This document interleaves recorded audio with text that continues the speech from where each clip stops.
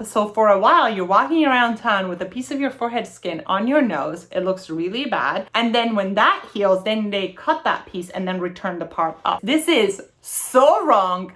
So inappropriate. This actually made me very mad. You beautiful butterflies know that we do reaction videos on this channel to learn together, to educate ourselves around skincare, and to be entertained. Today's video is a little bit different because, as I'm sure you probably saw, Gwyneth Paltrow is sharing some very questionable skincare advice in today's routine on Vogue. This is extraordinarily concerning, and we aren't even going to be reacting to the entire video. We're going to be talking about why some of the things that she says are wrong. A big disclaimer, because I can totally see where certain reaction videos come off snarky or where some of these videos can feel aggressive. I hope that it's clear to the butterfly community that we are never attacking a person. We are diving into people's skincare routines. I am sharing personal opinions about what I do and don't like, as well as medical literature, as well as scientific facts, studies, and data when it comes to how to understand these things and how they react with the biology of our beauty. And because there is truth in science and there is not a lot of truth in advertising and marketing, specifically in the celebrity world, we're gonna invite some of my favorite derms on here and some of my favorite experts to literally talk about what's going on in this routine and why this is different, but not in a good way. I can't make this shit up. I am getting a Botox ad on this Gwyneth Paltrow Vogue video. You just can't make this stuff up. And she's talking about non-toxic skincare. You cannot make this stuff up. Hi, Dr. Heidi. How's it going? Hi, Cassandra. I'm so excited to be here. You're amazing. You're amazing. I'm happily caffeinated, and we're gonna need that to get through this video. Do you want to tell me and us a little bit about the work you do, what you care about, and yeah, your work in dermatology? Yes, I am Dr. Heidi. I am a dermatologist and pediatric dermatologist in Newport Beach, California. I do women's dermatology and pediatric dermatology. My passion are the little babies with skin disease and then making their mamas beautiful. Oh, I love that. So you've done everything from cosmetic procedures for moms to making sure that children don't have bacterial infections. Anything, birthmarks, genetic diseases. People always ask me what is pediatric dermatology, and I always say that there's two spectrums to pediatric dermatology. Kids that are healthy and just have like rashes, newborn rashes, eczema, dry skin, warts, molluscum, things that we see commonly when they grow up and they're older, like we see acne in preteens and teenagers. And then on the other side of the spectrum, kids that are really sick get a lot of skin problems. So we see a lot of kids that are on chemo, there are a lot of things that are in the hospital, genetic disorders. So it's kind of like the two extremes of the field. And then for the mamas, I do like skin checks, preventing skin cancer or treating it, and then all the rashes, and then all the beauty fun stuff.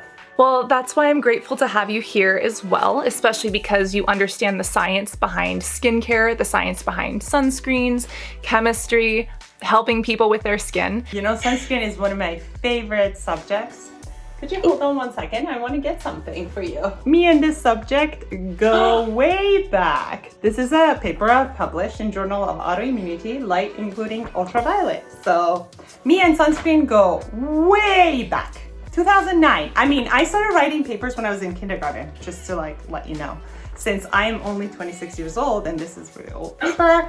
Yeah, it was a project in elementary school. You came out of the womb with full SPF 50 on. The kindergarten teacher was like, what would you like to write about? I was like, you know, autoimmune and ultraviolet, so why not? Well, awesome. Let's start watching what Gwyneth Paltrow puts on her skin. So let's watch together. Hi, I'm Gwyneth Paltrow, and I'm back for my second Beauty Secrets. I'm gonna walk you through a little bit of my daily routine and all of the products that I love, and you can see how it has evolved. The first thing that I do in the morning, well, after I brush my teeth, is make my morning smoothie. This one has some nut milk and some almond butter, some good quality protein powder. The first part of my beauty routine, which is really part of my wellness routine, I believe that beauty and wellness are inextricably linked, is the dry brush. You just want to have a dry brush that has a little bit of resistance to it, that's not too soft. And basically what you do is you start at your toes and you gently brush your skin all the way up the body. And always towards the heart. So I'm doing it on my arms now. I want you to speak first. Dr. Heidi Goodarzi, as a dermatologist, What do you think about circulation, dry brushing, exfoliation? We all like a little bit of a gentle exfoliation if you need it, but mechanical exfoliation, And then I just didn't like the idea of brushing from your toes up. What if you have fungus on your toes? I don't want to rub that all the way up.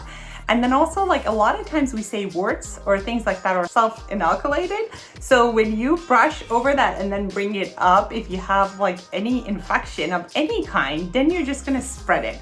It's a no for me. And in dermatology and in medicine, we always say clean to dirty. So even if you're gonna do it, I would just do the areas of the upper body first. I don't want anything coming from my feet going to my face. Clean to dirty, that is such a great idea. I wouldn't want whatever's on my feet to like work its way up my body. You mentioned warts as well. That's technically an HPV virus. And if you've ever had a wart, you know that it's kind of hard to get rid of.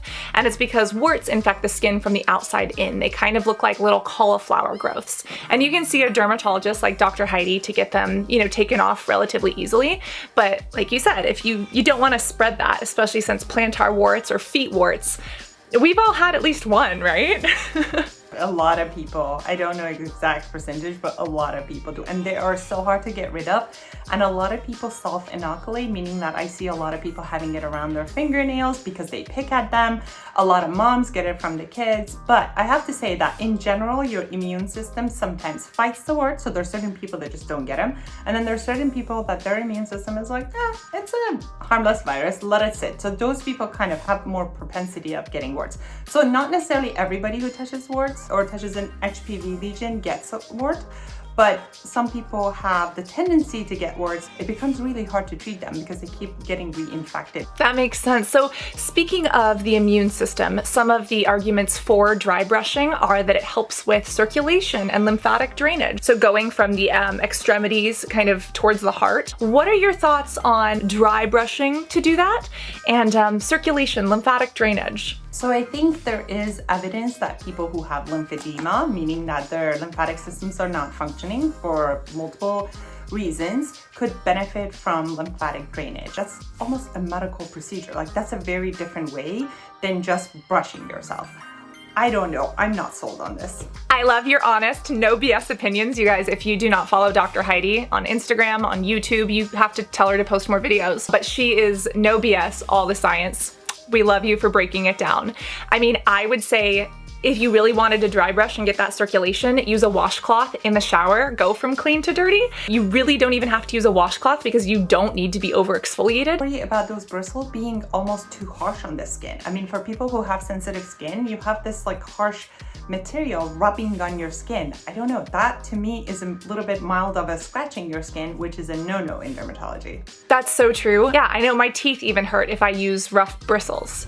And upwards on the stomach, and it really helps with circulation and exfoliation, among other benefits. One of the most critical parts of my morning routine, for me anyway, is my meditation practice. So I do something called transcendental meditation every morning with my husband. So the next part of my morning routine is super important to me. I can't live without it. It is our Goop Glow Microderm Instant Glow Exfoliator. I'm a massive exfoliating junkie. It just gives you this incredible smooth finish. I've actually tried this product before. I love good exfoliation, but she's putting this on, I think, over makeup. I'm not sure about a leave-on exfoliant when you have sensitive skin. Even if you don't have sensitive skin, you'll develop sensitive skin if on a daily basis you're leaving an exfoliant on your skin. Let's see what the active ingredients are. So first off, it's $125. I look at that and I'm like, Microderm. So Microdermabrasion is a treatment that's done, at an aesthetics office. It is an exfoliating treatment, but it's where you actually shoot crystals at the skin or you abrade the skin. This is it's not what you're getting in a treatment room. Do you even do dermabrasion? Do you even recommend dermabrasion? I don't. We use dermabrasion for scars after surgery, and I did that when we did a lot more skin cancer surgery, but I don't do dermabrasion. The other thing I noticed is that with the mechanical mechanical exfoliation, you have to be really careful. So I was looking at the ingredients to see if it has any mechanical exfoliants. So those could be really harsh. It says that it has alcohol, if I'm not reading it wrong. Ceteryl alcohol. Yeah, so we have water, we have alumina, which is interesting, aluminum, right? But alumina, glycerin, which could be moisturizing, ceteryl alcohol, so ceteryl alcohol. We have glycolic acid, hydrated silica, metafoam seed oil, squalane, glyceryl stearate, ceteryl olivate, sodium hydroxide, sorbitan olivate, garnet powder, quartz. Yeah, so I think this could be mechanical exfoliation. I'm not against mechanical exfoliation. I actually like it. I think we will eventually have a product that has a mild mechanical exfoliation. This is kind of when you build up the dead layer of the skin on the top. A little bit of gentle mechanical exfoliation can help it get a glow faster. And then the glycolic acid is a big chemical exfoliant that we use, but we gotta know how much is in there, because you can have 2% glycolic acid that, in my opinion, doesn't do anything. And then you can have like 30-40% glycolic acid that could burn the skin. So we need to know what percentage is in there. I like some of the moisturizing ingredients in there. I like fruit extracts, there's seed oils. So those are good, but I just don't understand. Like, there's just too much happening in one product. Right. And also all of these oils, again, we don't know if Gwyneth has sensitive skin or not, but the fact that you're exfoliating the skin with glycolic acid plus like rubbing garnet powder and quartz into the skin. There's lemon oil in there. There's olive oil, there's orange oil, there's lemon peel oil, there's lavender oil. I don't personally hate them, but a lot of dermatologists say don't use them. Dr. Heidi, in a horrific situation, in the worst case scenario, what could some of these oils potentially do? We don't necessarily like a lot of oils on the face, and then also these could be causing allergic reactions. So a lot of these ingredients are on the list of common allergen, so you could potentially have an allergic reaction. Yeah, thank you for that insight. And again, allergic reactions, if you're having one, see a derm. Don't go to Goop's website, don't come to this YouTube channel, go to an emergency room or go to your physician. So yeah, for $125, this Microderm Instant Glow Exfoliator is a no from me. I hope that Gwyneth is not using this every day, and then even exfoliating in the morning before you go out in the sun. Leave the exfoliation to the nighttime, no? Real quick, Dr. Heidi, is it just me or is she applying this over makeup? No skincare regimen should go on top of makeup, but you know, we're making a YouTube video, so she has to look presentable. You heard it from Dr. Heidi, not me. Don't put your skincare on over makeup, but we all understand the human element of wanting to look good on camera. I need to try harder. So you're beautiful. And also, it is kind of fake when people like wake up in full makeup, you know? You have to like kind of not make it so unnatural that it's just fake. Like, I don't know, if I woke up and I did my meditation and I drank my smoothie, how come my eye makeup is full extent on, you know? And that's why I have sometimes like I'm a little snarky when it comes to celebrities, because I feel it's disingenuous. But I have to remind myself, like, I can imagine the pressure, you know, especially in the movie industry, to always have makeup on or always look good. So we recognize that, but anyone at home who's watching, please don't ever feel like you need to wake up looking perfect. Or please don't sleep in your eye makeup. Please don't sleep in your eye makeup. Yeah, that could also be, yeah. Okay, we'll continue. Okie dokie. So now I am going to apply Vintner's Daughter. This is an unbelievable serum. I love the way it smells. And you just put a couple drops on. It's incredible to know that there are clean, non-toxic products that are really efficacious and really work wonders on your skin. So Dr. Heidi, we heard those words, clean, non-toxic, and efficacious. You and I, we have had hour-long conversations about this. Where do we start? The internet has heard me yell about this. How do you as a dermatologist feel about, you know, people who make product claims about being clean and non-toxic? And you are a pediatric dermatology expert, Stanford and Harvard trained. You deal with moms who are the most concerned about their children's health, right? How do you advise your patients on this kind of stuff? Well, I want to start by understanding what clean means, what non-toxic means. I think these are terms that are thrown out without ever being defined. Like, do we have a scientific definition of clean? No, we don't. Natural, like, I don't think that's a term that has been defined or has any meaning. You're right. The word clean has no standardized definition, but the word toxic does. A toxin is technically, you know, a harmful substance that is produced by a living organism. Now, this is again where I get, you know, confused and a little facetious because Gwyneth Paltrow or other celebrities sit here saying, this is my non-toxic skincare. But then they use Botox, botulinum toxin, or Dysport, which are technically toxins, you know, to stop wrinkles from forming. What do you think about toxins in skincare, or toxins like Botox or Dysport? So I think neuromodulator are technically a toxin that, you know, kind of relax your muscles, but we have a lot of studies that show that they don't have any toxicity, right, to the body because they don't get absorbed, they don't do any harm. Same with the skincare products. So I think a lot of times, like, the idea that you put a compound on your face and then it gets absorbed to your body and you could be detected in the body, and then because that subject could be toxic in other situations, like it's get kind of stretched out to like now in skincare products, it is toxic. So one is that anything you put on your skin potentially is detected in your blood, right? Like no matter what you put on the skin, a small, minute amount of it could get absorbed. But that doesn't necessarily mean that it has any biological effect in your body. So our bodies are very well machined to get rid of toxins. That's what your kidneys do, that's what your liver does.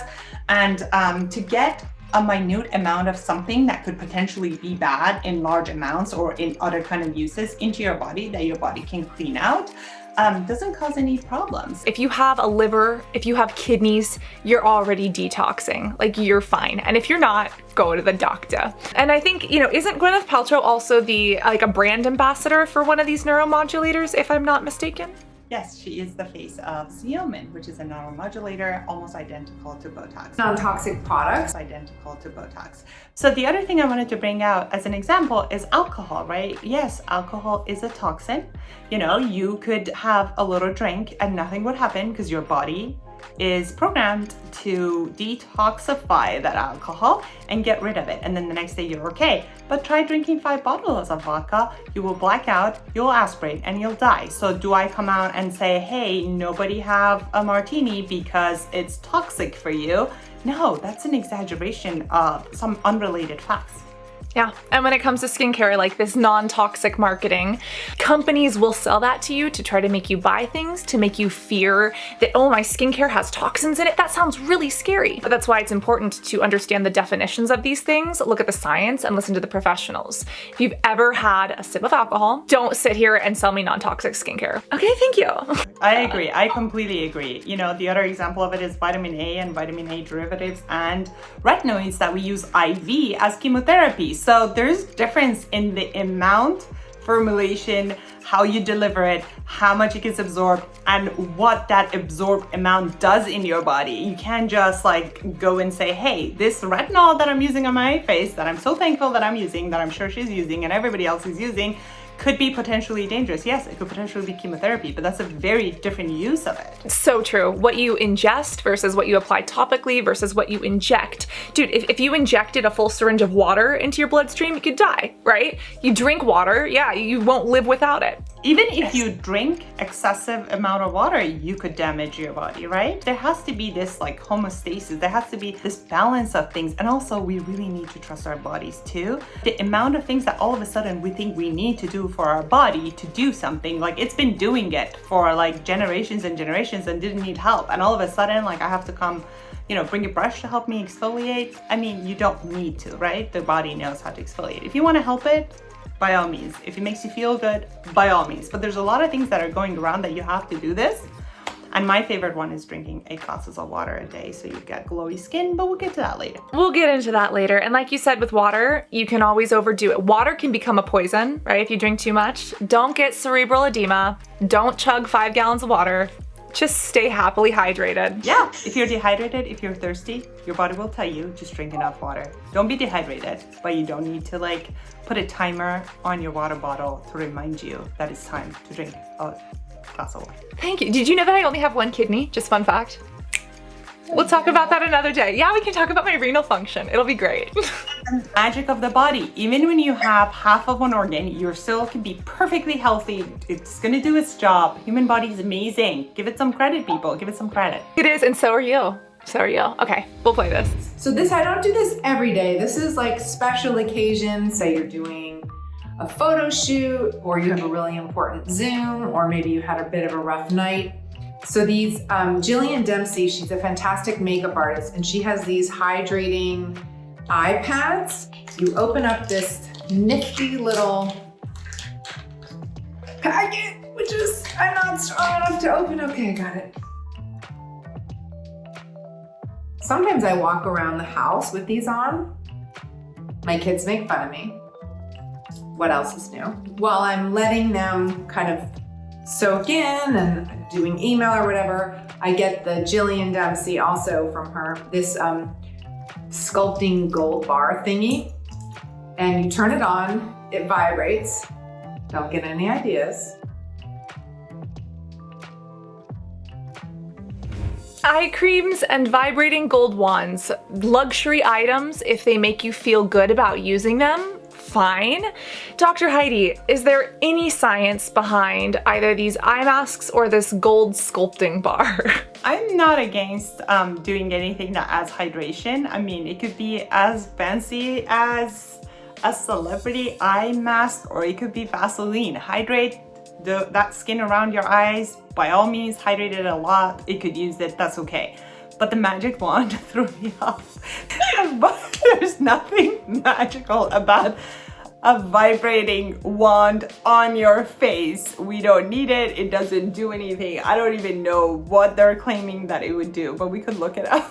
For $195. Yes, I mean, there's so many wands around, you know, like, I don't know. I mean, if it makes you feel good, it says ingredients 24 karat gold plated. Details. Let's see what the details are. This Luxe Breakthrough Bar helps the skin look lifted and toned with each vibration. The 24 karat gold-plated vibrating T-bar is an innovative skin sculpting and contouring tool from professional makeup artist Jillian Dempsey. Ideal for men and women, the gold bar's vibrations mimic the effects of a massage, instantly relaxing facial muscles to release tension.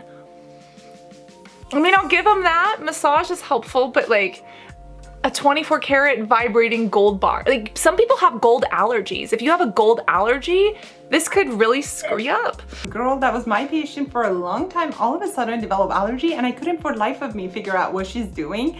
And then we did allergy testing and it came back as gold. And it was like, I'm sorry, this is a little bit odd, because remember, allergy testing doesn't mean that you're actually having a reaction to that. You need to kind of verify it in real life. And I was like, it says gold, but I'm not kind of sold. Like, what do you think? She's like, oh my God, for the first time in my life, I could afford to buy gold earrings. My earrings are gold. Being Persian, and you know, gold is a big deal in our culture, so I hate to like tell someone they can't wear gold, but it is a very real allergy. But I also find it so unnecessary. Like, what is gold vibrating on your skin? I'm all for people spending their money how they want to, indulging in themselves, taking care of themselves in a routine, but like, I just can't help but laugh at these kind of items because there's no science behind them. Like, I wouldn't mind like holding a gold wand on my face, and it's cool and it's relaxing and whatever it does. It's the claims that go with it that are bothersome. Buy gold and vibrate your face with it. I don't care. Sit in a gold vibrating chair and relax. That is perfectly fine. It doesn't sculpt your skin. It doesn't tone your skin. It doesn't rejuvenate your skin. Those claims are the ones that bother us. Exactly. And then, Dr. Heidi, you know how I feel about eye creams. I actually like eye patches better than eye creams because I can put the patch in the fridge and there's some mechanical cooling and pressure. But eye creams, you brought up a great point. Use some Vaseline as long as you're protecting the eye area. Looking at this one, it says it has a balancing prebiotic, so a prebiotic, not a probiotic. Looks like we have some omega fatty acids, we have propandiol, we have pentylene glycol, we have cocoa caprolate from coconut, we have isosterate betaine. I mean, coconut oil, We do have fragrance. I just wouldn't pay $75 for them. I don't know. How do you feel about this? Again, moisturizing, cooling effects of eye masks and eye patches are okay. Call me old school, but what happened to chopping up cucumbers and putting them on your eyes, or using cold tea bags if they're clean? I don't know. I feel like it's a very expensive way to get the same results, but if it makes you feel good, there's nothing wrong with hydration. There's nothing wrong with using cooling effect. Those are all great things. The little eye patches, I'll admit that I use an eye patch sometimes. They're like 24 karat gold, but the gold doesn't even go on your skin. It's just that color. And it's actually got arginine, like an array of amino acids, and then I put them in the fridge and they're cooling. But they're $5, not $75. But people can do what they want with their eye stuff. There's also, okay, Dr. Heidi, please validate me. The under eye skin, like the skin of the rest of the face, has pores, and it has sebaceous glands, and it has hair follicles and pilosebaceous units. Not talking about inside the conjunctiva, not talking about meibomian glands or anything like that, but someone attacked me on the internet for saying that the under eye skin is similar to the face in that manner. Dr. Heidi, am I way out of my lane? Am I so wrong? What's going on here? The majority of skin cancers on the face happen around the eyelids, and the type of skin cancer that we're referring actually develops in hair follicles. So yes, they do have pores and hair follicles and all of that. It's the regular skin, just thinner. Thank you. You guys, you heard it from Dr. Heidi, not from me. Case closed. Awesome. Thank you. Thank you. I feel so validated. Now back to Gwyneth Paltrow. I was not a person who ever had a skincare routine as a teenager. My daughter does, but I was very much a tomboy. So this whole skincare thing has come to me later in life. People always ask me, you know, if I want something that's a clean, non-toxic product that really works, that I want to buy at the drugstore, what should I get? And I always say, Weleda Skin Food. We've gone over this. We'll continue. Well, I have a question though. Like, if something was toxic, we've been using these products for like generations now. If something was toxic, where are the dead people or sick people from that? You know, we have no studies, we have no basis for these claims that these are toxic or do anything. There were some ingredients in sunscreen we thought are like dangerous to the body, or they could be harmful, and FDA removed them. If there are reports, I understand that over-the-counter products are not regulated closely, but if there are adverse events with the ingredient, and they will be retracted. We live in the United States and there's rules and regulations in place. Not everything at the grocery store or drugstore is toxic and is going to damage your health. The Weleda moisturizer is great, but so are other moisturizers. Parabens stop bacteria and mold from growing in your products. We like preservatives because they preserve things. If your skincare doesn't have preservatives, you should be afraid of what's growing in there. There are some natural preservatives, but you can't be completely preservative free. And also, like, parabens are not just in skincare. Parabens are part of preservatives in our foods. So are you checking every food that you eat and make sure it doesn't have parabens? What about other things we use? And remember, your body is your #1 defense mechanism, right? So it is what protects the inside from the outside. So it has mechanisms of not letting bad things get absorbed. It's not like if you rub the paraben preserved lotion, all of a sudden all the parabens gets absorbed and goes in and does something toxic. It just doesn't make sense. But that's why we have you to break it down. Super rich, fantastic moisturizer. I think my mom, you know, we both tend to have dry skin. We have similar skin, but she's very low maintenance. Like, she's probably even more low maintenance than I used to be. Now I'm a little bit higher maintenance. But I think what I learned from her most is just to be comfortable with yourself, just be comfortable in your skin. And you know, that she was kind of a less is more in terms of makeup and stuff, and she definitely passed that on to me. So next is sunscreen. This is a clean mineral sunscreen brand called Unsun, and it's a 30 SPF. You know, there are a lot of really harsh chemicals in conventional sunscreen, so that's a product that I really want to avoid. There are a lot of harsh chemicals in sunscreens. How do you feel about that? I just said by no means this regimen was low maintenance, by the way. Like my mom was low maintenance and I'm low maintenance. I was like, this was not low maintenance. This took so much time, so much money, so many layers. There's nothing low maintenance about this. Come to mama, I'll show you low maintenance. Yes. Yes. I mean, okay, so what do you think? It sounds harmless on the surface, right? There's a lot of chemicals in sunscreen that are toxic. I want to avoid them. Sounds harmless on the surface, but how is that narrative harmful? Oh, I don't even know where to begin. One is that we gotta understand that there's a lot of agendas in place. There's a lot of underlying marketing. There's a lot of sales pitches there. There's a lot of fear mongering in order to push an agenda. So there's a lot of chemicals in sunscreen. There's a lot of chemicals in our body. There's a lot of chemicals that make the world, right? Yes, there's a lot of chemicals in sunscreens. Water's a chemical. I'm a chemical. We're all chemical. Also, there's a lot of underlying messages about what I'm assuming is going to come next about, sunscreen and fear of certain types of sunscreen and promoting other sunscreen. So I'm used to this. Dr. Heidi, I love that you bring up regulatory and, conflict of interest or bias. Unlike what we said about skincare products that are not regulated and only when there's a problem, the regulatory agencies get involved. I mean, there is regulation on them. It's not kind of a free-for-all market, but they're not as tightly regulated. But sunscreen particularly is a drug. It's classified as drug and it's regulated by FDA. So anything that comes after this about sunscreen being toxic, I'm out. All of my sunscreen reapplication. Thanks for the reminder. This is me trying to emotionally prepare for what's next. Please make sure you cover your neck. You're wearing an open shirt. I know, I'm indoors, but I know, Dr. Heidi, and I appreciate you. Okay, I don't necessarily promote sunscreen indoors unless you're sitting next to a window. I am sitting in front of a window. Okay, perfect. But yes, sunscreens are regulated. That's why it says drug facts on the back. And if your sunscreen doesn't say drug facts on the outer packaging or something, then it's not a sunscreen. Case in point. All right. That isn't certified by the EWG, and which is a great website, by the way. If you ever want to understand how clean a product is, you can go check that out on their website. Since when do we need EWG to certify things? That's its own can of worms, so we're not gonna open. Do we want to open it for like 5 minutes? The EWG, the Environmental Working Group, is apparently what Gwyneth Paltrow uses to dictate whether or not a product should be in her routine.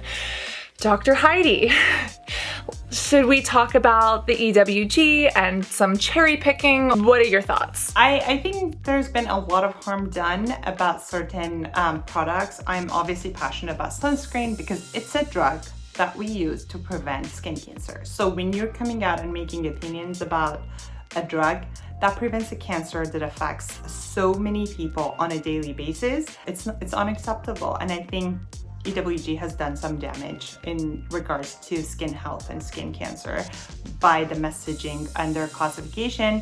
I would urge everybody to stick to more reputable agencies like FDA. Yes, the FDA is much more reputable than the EWG, especially when it comes to drugs in that sense and the things you put on your skin. The EWG, they claim to promote this clean, natural lifestyle, which again, what does that mean? But they often cherry pick data. Cherry picking is choosing data that supports your opinion. But they came out with these EWG certifications, these basically little stamps that say this product is EWG clean, but you can buy those certifications. Just because you have that certification, you're purchasing it. Some of the products that are on that EWG certified clean list actually have the very ingredients that the EWG says are harmful and like toxic or non-clean. I'm not too familiar with their operation, but in terms of sunscreen, there's been some damage that has been done. And that is really, close to the heart of every dermatologist. We have very strong opinions about this because 1 American dies from skin cancer every hour. Yeah, and it's, people are afraid of certain chemicals in sunscreens. There was one study that was done that showed under maximal use, sunscreen was absorbed into the bloodstream. Now they put on the maximum amount of sunscreen repeated every 4 hours to people in a sunless room. And they did this for a period of 10 days. And they found that sunscreen was in the bloodstream. Again, anything that I consume, like this coffee, eventually anything that you consume can get absorbed into the skin. Just because it's absorbed doesn't mean it's doing harm.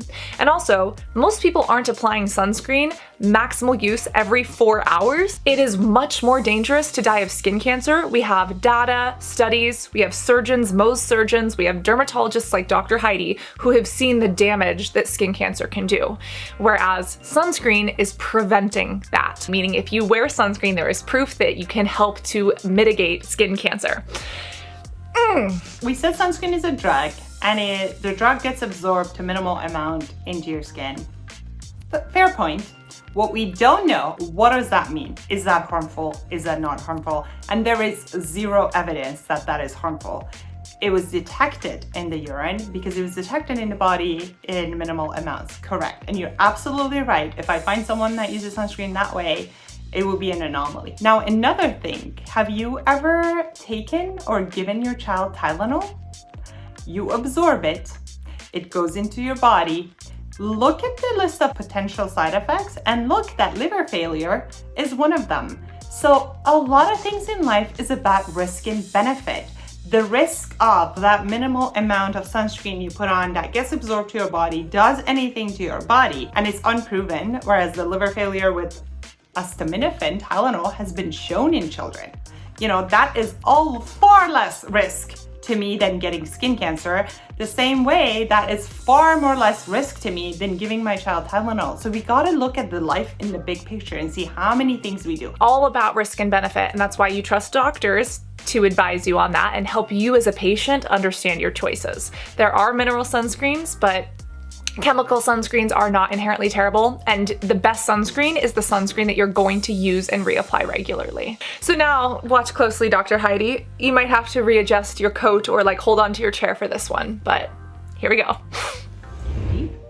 And I'm not a sort of head to toe slather of sunscreen, but I like to put some kind of on my nose and the area where the sun really hits.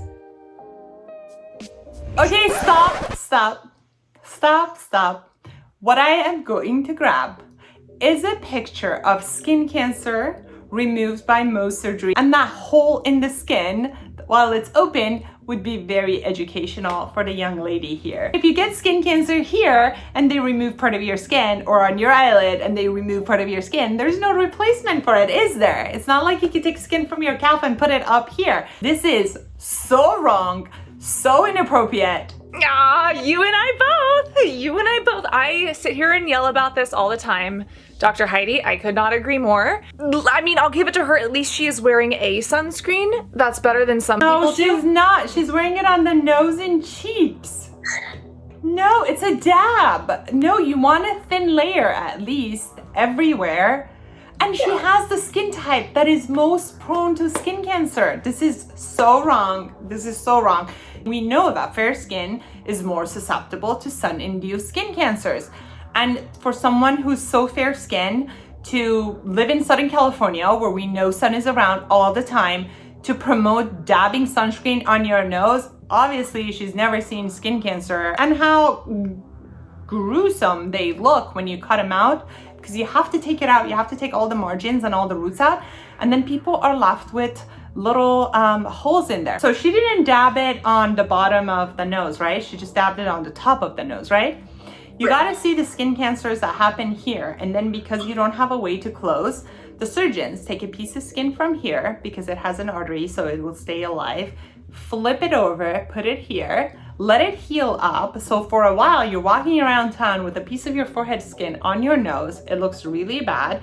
And then when that heals, then they cut that piece and then return the part up. She really needs to see a picture of that, and then she'll be applying sunscreen all over. This actually made me very mad. Yeah, I'm glad that you're mad because it means that you care. I think this video should be taken down. I think when harmful things are said about drugs, about cancer, about health, this is one of the videos that I would write to anyone to be taken down, or at least this part of it. We're gonna share some images of Mohs surgery so you can actually see what's going on. If you're squeamish, beware, but I really think that you should try to look at this because it's a fact of life. And if you are someone who is reluctant to wear sunscreen, or you know someone who is, please try to muscle through this or watch it, or send it and take a screenshot to someone and share it with them, because this could literally save their life. There's not a lot of skincare that could save your life. This could save your life. I had a gold stick, vibrating 24 karat gold, bejeweled with some diamonds, but I'll give that to you, but wear your sunscreen all over your face every day, reapply. That's not negotiable.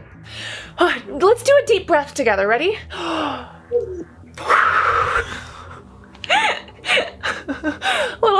little, yes.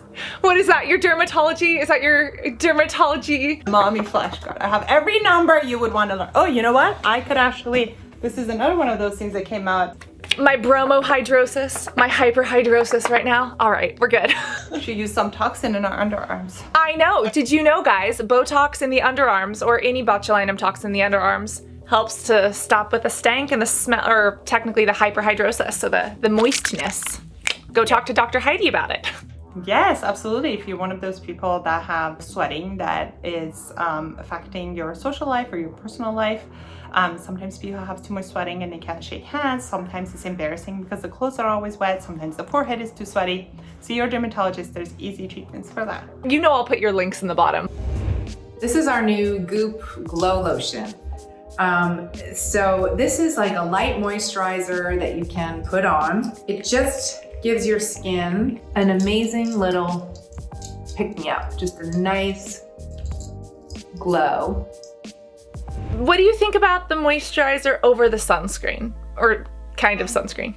Depends on what kind of sunscreen it is, but I'm actually okay with moisturizer before or after mineral sunscreen. But I think most people use moisturizer at night and then they don't need as much moisturizer in the morning. But you know, I'm team moisturizer, so. I like moisturizer as long as you're getting enough sunscreen. A lot of people don't realize that your sunscreen could actually act as your moisturizer. A sunscreen basically is a sun protection active, that drug, technically that helpful drug that is put inside what's called a vehicle. And the vehicle is everything that it's suspended in. And that vehicle could be really moisturizing. You could have shea butter, all sorts of stuff. Dr. Heidi, what are some of your favorite sunscreens? For the longest time, we have been carrying Ulta MD, which is one of my favorite brands, and SkinCeuticals sunscreen in our office, and I think most of my patients are happy with it. As you said, the best sunscreen is something you use, so people have different needs and different tastes in sunscreen. So you want to find one for everyone. I particularly like Ulta MD Clear because it's really smooth for my teenage boys, young teenagers that don't like to wear sunscreen. I particularly really like Elastin sunscreen. It's a little bit of a higher price, but I think the smoothness of it, and I actually use my sunscreen as makeup. So if I can justify that I'm not buying foundation and I'm just using a better sunscreen, then I'm okay with it. So Elastin sunscreen is one of my current favorites I use. And then when we are out and about, honestly, Neutrogena has great low cost mineral sunscreens, because if you're going on a 4-day vacation in a sunny spot, you're gonna go through a lot of sunscreen. You want something that is effective, but it's cheap.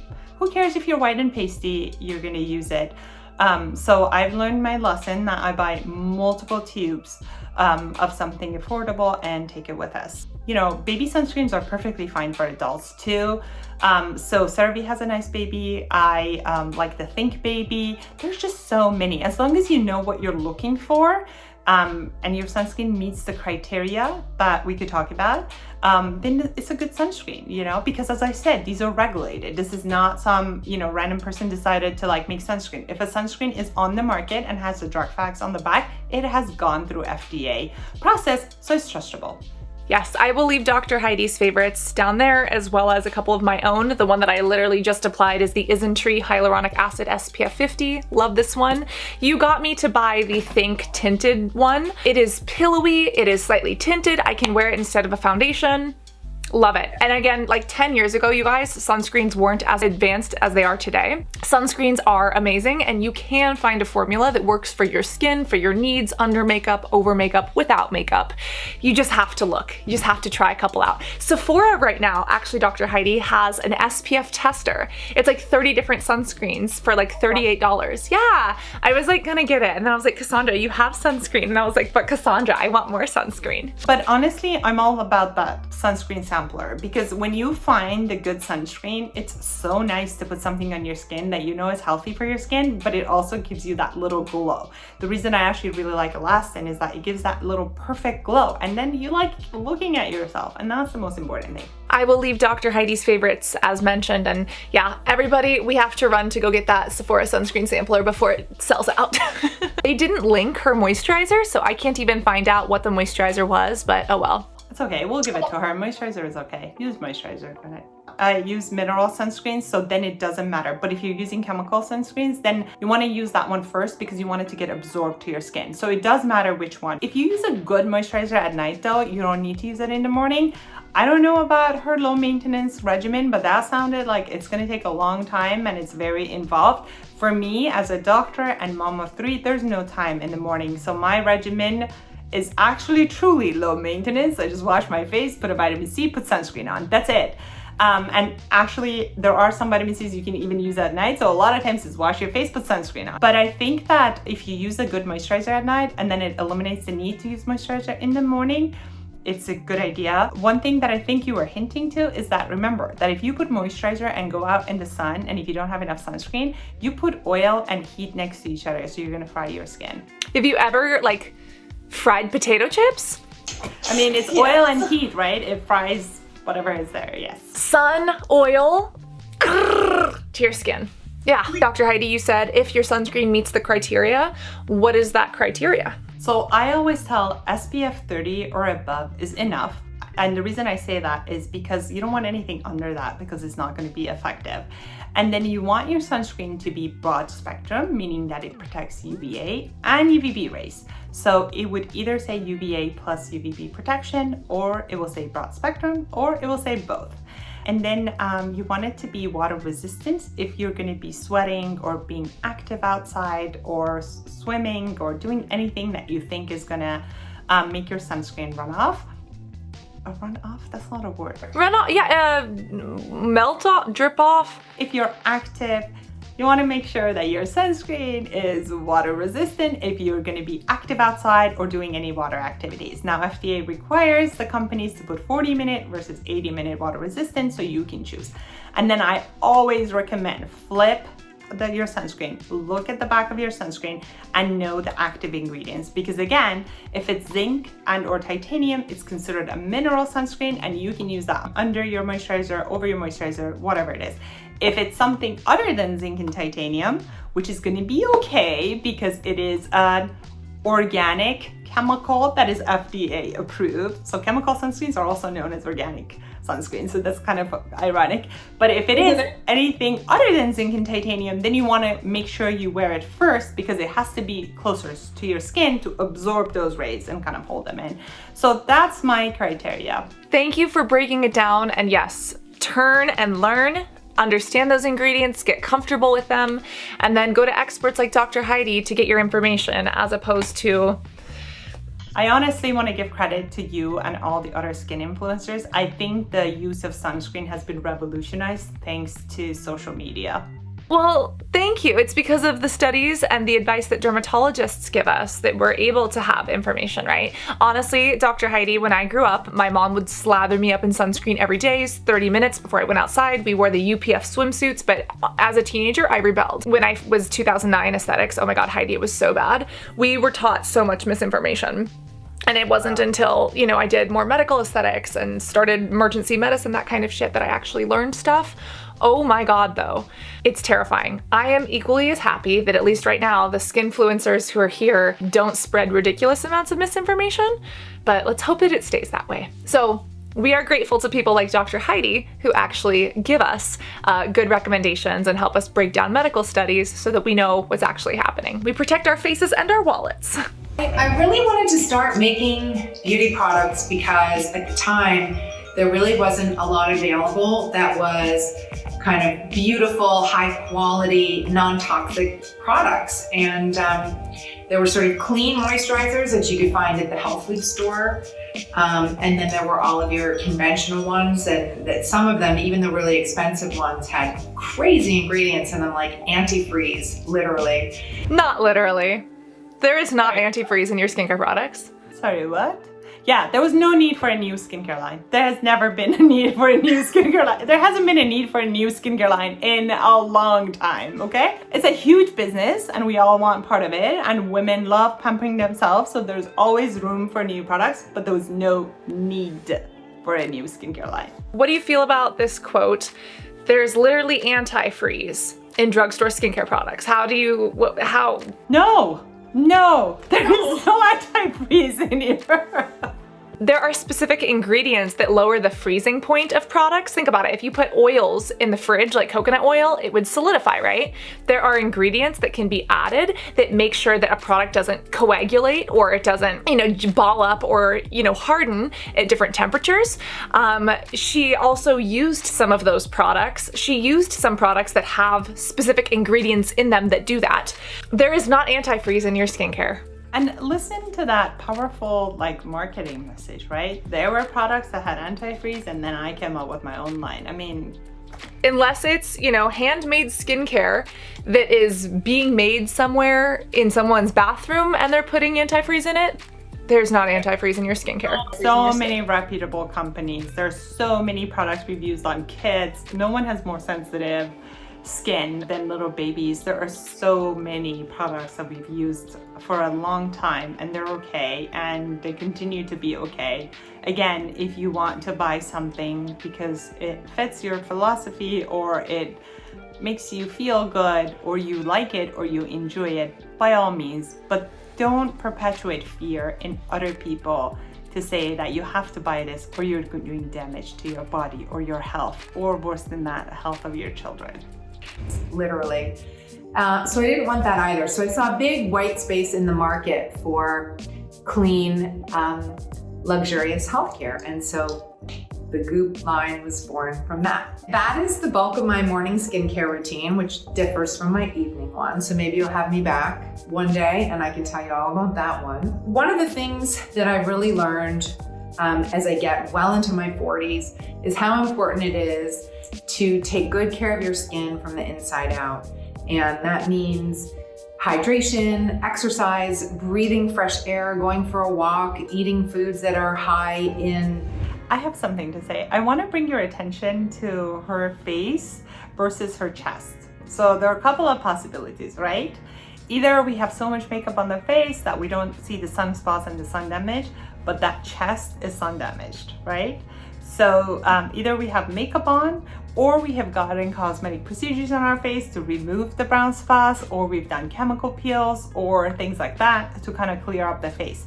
But as she mentioned, the cheeks and the nose get the most amount of sun and the chest does. So usually when there's a discrepancy between the aging of the cheeks and the chest, there's another factor in play. So look at the chest and the little fine wrinkling, the brown spots, the red spots, those are all signs of sun damage. And just as she talks, I can't help myself but look at the chest and be like, please put some sunscreen on there. Please make sure you see your dermatologist. That chest is sun damaged. Yes, and I think it's so important to say how alarming that is. Like for you, Dr. Heidi, as a dermatologist, you see the cancer potential. This is not about us critiquing the way Gwyneth Paltrow looks. This is not about us looking at her fine lines or wrinkles and saying, oh, she's unlovable because she's aging. That is totally not true. Aging is a privilege, right? Graceful aging is a thing. But that fear is literally when you see that freckling, when you see those spots, when you see those marks, that is something that needs to be monitored by a dermatologist like Dr. Heidi to make sure that those don't become malignant, to make sure they don't spread, because there could be cancer there. And we want to A, prevent that with sunscreen use, and B, catch it before it becomes a major issue. Yeah. I think you caught me saying in the beginning of the video, she's really cute. I think she's beautiful. I think she's a great actress. Nothing about any wrinkles or anything came to my mind. I love that she embraces her wrinkles or her aging.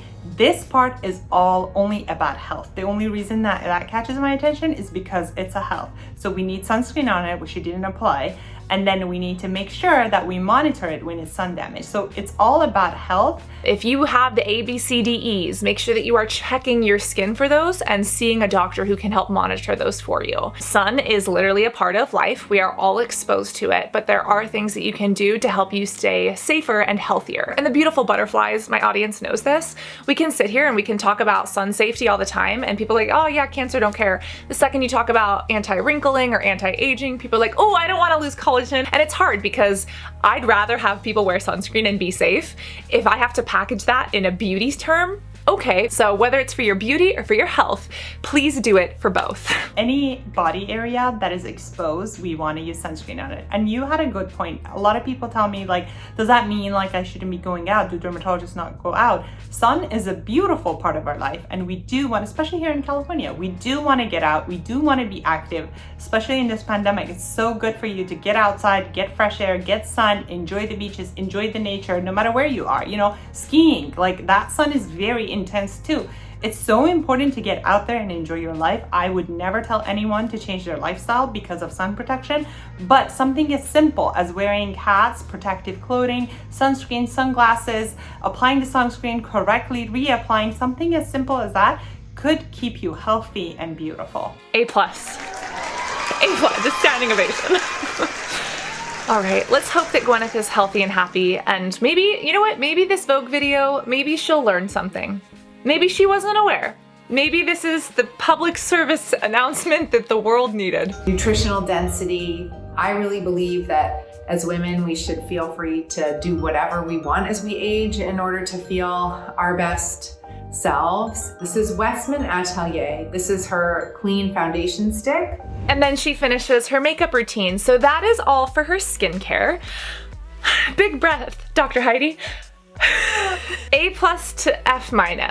What would you give this routine?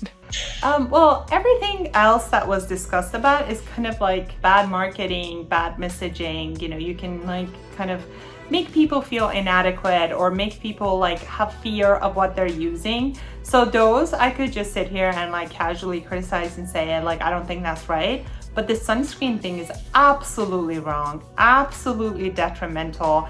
And just when you have a voice, with that voice comes responsibility. You are a beautiful woman who is known for your art and your performances, and everybody respects you. And it's okay if you want to have a skincare line, it's okay if you want to show people, but you cannot spread a false message, scientifically false message that would be detrimental health of others. And that's how I leave it. That part really bothers me. If one of your patients came to you and shared this as, say, her routine, what advice would you give her to correct it? Just like you said, I would go into details of how the UVA, UVB rays could be detrimental to our beauty and health. The #1 cause of aging is sun. The #1 anti-aging cream is sunscreen. None of those gold medal and fancy creams is gonna save your skin if you're exposed to the sun. So sun breaks down collagen and elastin like it's its business, and then also causes pigmentation, broken blood vessels, sagging, like all of these things that are beauty related are caused by sun. So sunscreen is your #1 beauty cream, and thank God it's an inexpensive beauty cream. And sometimes if the person isn't too like young, or I don't want to traumatize anyone, but sometimes I do pull up skin cancer pictures, especially in young people. Like there's so many outspoken people on social media too that talk about how they got skin cancer at age 21 or 22, or celebrities talk about it. And then once you see those pictures, there's a visual. I may be biased, but a picture is worth 1,000 words. Once you see a picture of someone's skin cancer, like it's very hard for anyone to see a picture of someone's skin from here to here being cut out and this area being exposed because it was a skin cancer that needed to be removed.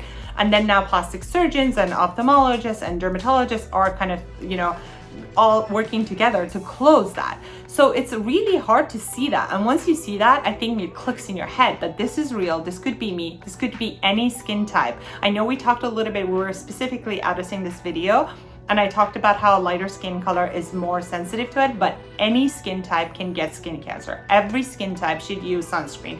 We see that in every skin type, light, dark, thick skin, thin skin, everyone. So this is really a health message. This is a message that there's no place for a celebrity or someone to come and have an opinion if it's not aligned with the academy's opinion, with the scientists' opinion, with physicians' opinion, with all these health organizations.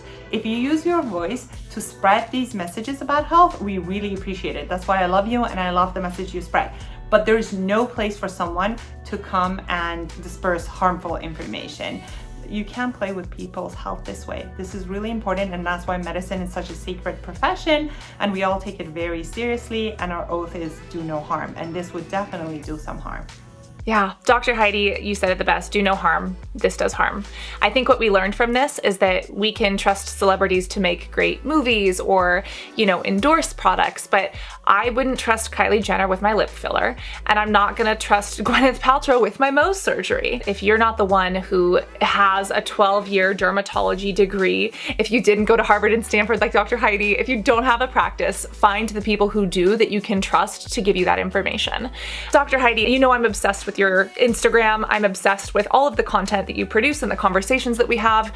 Dr. Heidi has taken time out of her day, literally 2 hours, to make sure that we discuss this. All of her stuff is in the below. Please give her some love, give her some appreciation for her time, for her beauty, and for her insights.